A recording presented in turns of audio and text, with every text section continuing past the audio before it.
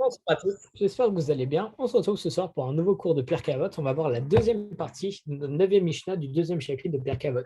Bien entendu, on pense à la Tzlacha, la Refoua, les Nishmat, toutes les personnes qui, Baruch Hashem, nous aident à contribuer et ont acheté des mitzvot pour qu'on ait la kavana pour eux, pour ce cours. Je ne vais pas vous faire perdre du temps en les énonçant tous, mais en tout cas, j'ai la liste, j'ai pensé à eux et ils seront aussi envoyés dans le message avec le cours, ils seront dans la description pour être sûr que la bracha Bezrat Hashem aille bien chez eux. Et donc, on va voir, je vais vous rappeler très rapidement ce dont on avait parlé la dernière fois sur cette Mishnah pour voir la suite.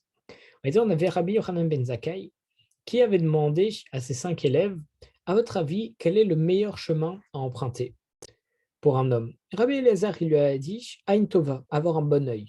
Rabbi Yoshua, il a dit, Chaver Tov, avoir un bon ami. Rabbi Yossé, il a dit, Sachen Tov, avoir un bon voisin. Rabbi Shimon, il dit, Aroet Anolad, celui qui se projette dans l'avenir. Rabbi Elazar Omer, Leftov. Et Rabbi Elazar, le dernier, il a dit, avoir un bon cœur. Et Rabbi Yochanan ben Zakkai, il a dit qu'en réalité, de toutes les réponses, celle qu'il préférait, c'était celui de Rabbi Elazar ben Nocha, Ben Harar, excusez-moi, parce que dans ses paroles, le fait d'avoir un bon cœur, ça englobe toutes les autres paroles. Et après, et là, c'est là où on attaque la deuxième partie, il va leur demander quel est, Chazé Shalom, le chemin qu'un homme doit éviter. Amarlem, Tsiuru et Zoï Derer Ra'a Shitrachek Mimena Adam. Dites-moi quel est le chemin qu'un homme ne doit surtout pas emprunter, Chazé Shalom. Et on va voir que tous les élèves, ils ont dit la même chose qu'avant, mais dans le négatif. Rabbi Elazar Omer, Rabbi Elazar nous dit Aïnra, avoir un mauvais œil. Avant, il nous avait dit il faut avoir un bon œil. Donc pour lui, le mauvais chemin qu'un homme devrait prendre, c'est le fait d'avoir un mauvais œil. Rabbi Yoshua Omer, Rabbi Yoshua nous dit Chavera, avoir un mauvais ami. Rabbi Yossé Omer, Sachenra. Rabbi Yossé nous dit avoir un mauvais voisin. Rabbi Shimon Omer, Alové Veino Meshalem. Rabbi Shimon, lui, il change. Il dit, c'est celui qui emprunte et qui ne rembourse pas. Parce que quelqu'un qui emprunte de l'homme, c'est comme s'il empruntait d'Akadosh Baruch Hu. Chez Neymar, comme on voit dans le passage de Teilim, Love Rachav Elo Yeshalem Tzadik Ronen Venotel. Ce qui signifie, les méchants et les Rachaim, ils empruntent, ils ne remboursent pas, mais les justes, donc les Tzadikim, ils le font gracieusement et ils donnent. Rabbi Elazar et Omer, Rabbi Elazar, lui, il nous dit lèvera avoir un mauvais cœur. Et Amarlem, Rabbi Yochanan ben Zakkai, il leur répond à leurs élèves Ureaniet divrei Elazar ben Harar, midivrechem shebechol devarham devachem. Encore une fois, il est d'accord avec Rabbi Elazar parce qu'il dit que sa parole à lui, elle englobe toutes les autres paroles. Alors, on va voir, Bezrat Hashem, pourquoi est-ce que Chazé Shalom, avoir ces caractéristiques, sont le pire chemin, selon ces rabbanim, pour un homme. Le premier qu'on a, c'est Rabbi Elazar qui nous dit Aïnra, avoir un mauvais œil. Donc en réalité, on va se calquer un petit peu sur ce qu'on a dit la dernière fois, bien qu'en essayant d'apporter des nouveautés, bien évidemment. Mais il nous dit un mauvais œil. Pourquoi un mauvais œil? Parce que je ne sais pas si vous vous souvenez, dans la précédente vidéo, on avait parlé du fait que avoir un bon œil, ça nous permet de voir toutes les choses bien. Parce que c'est selon le filtre et le prisme qu'on va mettre devant notre œil qu'on va voir une situation, un objet, une personne, d'une manière ou d'une autre. On va expliquer ça très simplement et très physiquement. Si j'ai besoin de lunettes parce que je vois mal, lorsque je n'ai pas de lunettes, je vois flouté. Si je mets des lunettes, je vois les choses plus claires et les choses aussi plus belles. On voit que c'est vraiment en mettant des lunettes, en mettant un filtre, excusez-moi, un prisme devant nous, qu'on va pouvoir modifier toute notre vue. Là, bien entendu, on parle d'un point de vue un peu plus, un peu plus spirituel, un peu plus moral. Changer notre point de vue, ce n'est pas d'un point de vue physique, on ne va pas mettre des lunettes. Mais justement, ne pas avoir un mauvais œil, parce que lorsqu'on a un mauvais œil, on va tout voir mauvais. Si quelqu'un vient m'offrir un cadeau, je vais me dire, lui, il m'offre un cadeau, ça veut dire qu'en réalité, je sais, il va me demander quelque chose après, il va me dire, ah, je t'ai offert un cadeau et tu veux même pas répondre à ma demande. Et chaque chose, même des bonnes choses comme recevoir un cadeau, Chas v'shalom, si j'ai un mauvais œil, excusez-moi, je verrai toujours mal les choses. Et ça pourrait aussi m'apporter, comme ce qu'on vient de faire, ça pourrait, chas v'shalom, me porter à faire du lachon hara. Et lachon hara, on dit que ça retire l'homme du monde. Pourquoi est-ce que ça retire l'homme du monde? Parce que c'est mida keneged mida, mesure pour mesure. Tout comme toi, tu as voulu faire du lachon hara pour que les personnes s'écartent de cette personne. Parce que lorsque je fais du lachon hara, je dis des mauvaises choses sur quelqu'un et ça engendre que tout le monde s'éloigne de lui parce qu'ils vont se dire c'est une mauvaise personne, il ne faut pas s'approcher de lui. Mais donc, c'est pour ça que la punition, chas shalom, c'est qu'on a karet, on est retranché du peuple. Parce que toi, tu as voulu retrancher un juif, chas shalom, alors un Kadosh Baruch Hu, il te retranche. C'est pour ça que avoir un mauvais œil, ça nous amène à tout voir mal. Ça nous évite de reconnaître Akadosh Baruch Hu, parce que tout ce que fait Akadosh Baruch Hu est pour le bien, et qu'un mauvais œil, on ne peut pas s'en rendre compte. Et en plus de ça, ça peut nous amener à faire du lachon hara, et avec le lachon hara, on peut être retranché du monde. Ensuite, Rabbi Yoshua Omer, Rabbi Yoshua nous dit Chavera. Et on va le coller avec Rabbi Yossé qui nous dit Sachenra, avoir un mauvais voisin. Donc on a le fait d'avoir un mauvais ami ou un mauvais voisin, c'est très grave. Pourquoi? Parce qu'un ami et un voisin sont des personnes proches de nous qu'on va côtoyer, qu'on va regarder, qui vont nous influencer.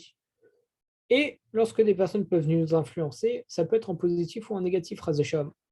Alors un ami, c'est quelqu'un sur qui on peut compter, quelqu'un qui doit nous élever, quelqu'un vraiment avec qui on peut échanger. Mais avoir un mauvais ami, Razesham, qui nous veut du mal, et qui va mal nous conseiller, qui va nous rabaisser, qui va être comme un boulet, alors dans ce cas-là, ça peut être très grave. Ça peut amener à la perdition d'un homme, parce qu'un ami, on se fixe sur lui, ça devient notre référence. Si Razesham, elle est mauvaise, on ne pourra que descendre. Et un mauvais voisin, dans le sens où le voisin, c'est celui qui est à côté de nous, et selon les personnes qui représentent notre entourage, ça va avoir énormément d'influence sur nous.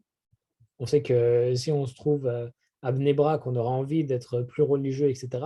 Si on se retrouve après à Tel Aviv, on ira avec des tenues un peu plus décontractées, on va dire, on va être moins religieux. Parce qu'on a l'influence de l'environnement, on a toujours l'influence des personnes, etc. Pareil, si je vais en Inde, je ne vais pas aller en Inde avec le même costume, on va dire, que je porte à Paris. Non, à Paris, il y a un certain raffinement. En Inde, il y a d'autres us et coutumes, plus colorées, plutôt avec des robes, etc.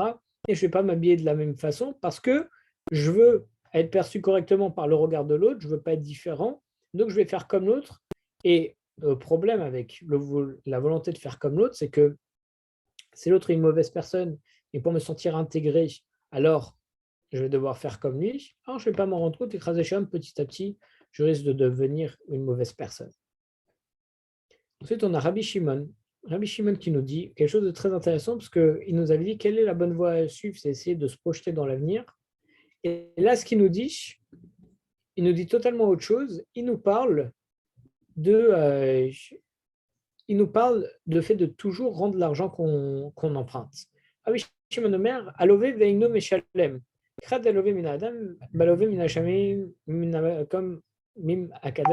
Excusez-moi. Il y a marqué que le pire chemin à suivre, c'est d'emprunter à des personnes et de ne pas rendre. En même temps, alors juste s'arrêter sur cette partie, c'est vrai que c'est grave parce que c'est considéré comme du vol. Du vol, c'est très grave. Plus de ça, une personne a voulu aller vers nous pour nous aider et nous, on n'est même pas capable de le rembourser.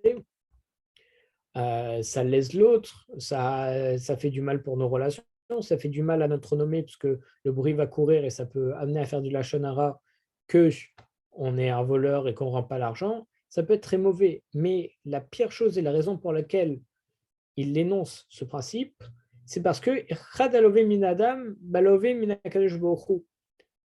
parce qu'une personne qui emprunte un homme, c'est comme s'il empruntait à Kadosh Baruch Hu. Donc, Chazé Shalom, imaginez emprunter quelque chose à Kadosh Baruch Hu et ne pas lui rendre. Vous imaginez? C'est comme si, pour qu'on s'en rende un petit peu compte, c'est comme si le président de la République nous empruntait nous prêtait quelque chose. Je dirais, c'est extraordinaire. Comment est-ce que je peux parler avec le président de la République et à tel point qu'il pourrait me prêter des choses? On ne se rend pas compte, mais on parle tous les jours. On peut parler tous les jours avec le roi du monde, avec le maître de l'univers.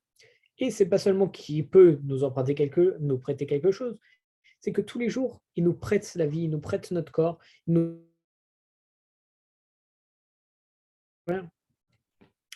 et ça dans tous les sens du terme. Donc Akadosh Baruch Hu, il nous prête. Et Chaz v'Shalom, imaginez qu'il vous prête même autre chose et qu'on ne lui rende pas. C'est impensable. Impensable. Mais tout ce qu'un homme a, ça appartient en réalité à Akadosh Baruch Hu. Ce qui fait que si je vole à un homme, Chaz v'Shalom, ou bien je lui emprunte et je ne lui rembourse pas, c'est comme si je prenais Akadosh Baruch Hu, vu que c'est lui le vrai propriétaire de tout. D'ailleurs, c'est ce qu'il a marqué dans les Teilim, comme on a cité, au 27e Teilim. L'over racha velo yeshalem, sadik ronen venoten. Un rachat, un mécréant, c'est quelqu'un qui emprunte et qui ne rend pas. Et un tzaddik, ça prend, ça donne et ça laisse avec. Ils font ça gracieusement, les tzaddikim, et ils donnent, ils n'hésitent pas, etc. Et justement, dans les Tilim, on voit cette différence. Il faut faire attention parce que si tu empruntes, si tu ne rends pas, tu es vraiment appelé rachat. Parce que ça te met mal à l'aise ta relation avec l'autre. Tu es en train de léser l'autre. Il a peut-être besoin de cet argent. Il a été prêt à te le payer et toi à te le prêter et toi tu réagis comme ça. C'est très mauvais, Khadesham. Par contre, la tzaddik, celui qui donne et qui ne veut même pas qu'on lui rembourse, qui donne la tzedaka, et ça, c'est une force extraordinaire. Et le dernier point, c'est Rabbi Elazar qui nous dit lèvera. La pire chose à faire, c'est d'avoir un mauvais cœur. Parce que comme on a dit, le cœur, c'est la base de tous les sentiments. Et c'est depuis le cœur que va tout venir, que nos pensées vont venir, que nos sentiments vont venir. Chazé avoir un mauvais cœur, ça peut être grave. Et d'ailleurs, leur maître, Rabbi Yochanan ben Zakkai, il leur dit Roé ani et divrei Elazar ben Arach, divrechem, shemeyachlal, divarav, divrechem. Et il dit d'ailleurs, la meilleure réponse, quel est le pire chemin qu'un homme pourrait emprunter, ça serait d'avoir un mauvais cœur, comme le dit Rabbi Elazar, parce qu'avoir un mauvais cœur, ça englobe tout. C'est qu'avoir un mauvais cœur, ça t'amène à avoir un mauvais œil qui va te déformer toute la vie. Ça t'amène vers des mauvaises personnes, parce que tu as un mauvais cœur, tu vas chercher les autres mauvais cœurs pour te conforter dans ce que tu penses. Ça va t'amener à avoir des mauvais voisins. Et Chazécham, si tu tombes sur des bons voisins, tu risques de les influencer, parce que du coup, c'est toi qui deviens le mauvais voisin qu'il faut éviter, comme on vient de dire. Vous avez vu un petit peu le cercle? On dit, éloigne-toi d'un mauvais voisin. Mais maintenant, si Chazécham, on a un mauvais cœur, alors c'est nous le mauvais voisin. Et donc les gens devraient s'éloigner de nous en réalité. Ou bien Chazécham, on les ferait transgresser. Donc on voit à quel point c'est important. Éloigne-toi des mauvaises personnes, mais fais en sorte, surtout et avant tout, que toi, tu ne sois pas une mauvaise personne. Et comment tu fais pour éviter d'être une mauvaise personne, même en empruntant sans rendre? Ce qu'il faut faire, c'est éviter d'avoir un mauvais cœur. Il faut essayer d'avoir un bon cœur, comme on a vu dans la première partie, parce que grâce au bon cœur, tout ce qu'on a vu, ça sera transformé en positif. Que Bezrat Hashem, chaque chose qu'on fait soit transformée en positif. Que chaque chose qu'on voit, chaque chose qu'on vit, chaque personne qu'on rencontre, ça soit toujours bénéfique. Chazak u'Baruch à tous.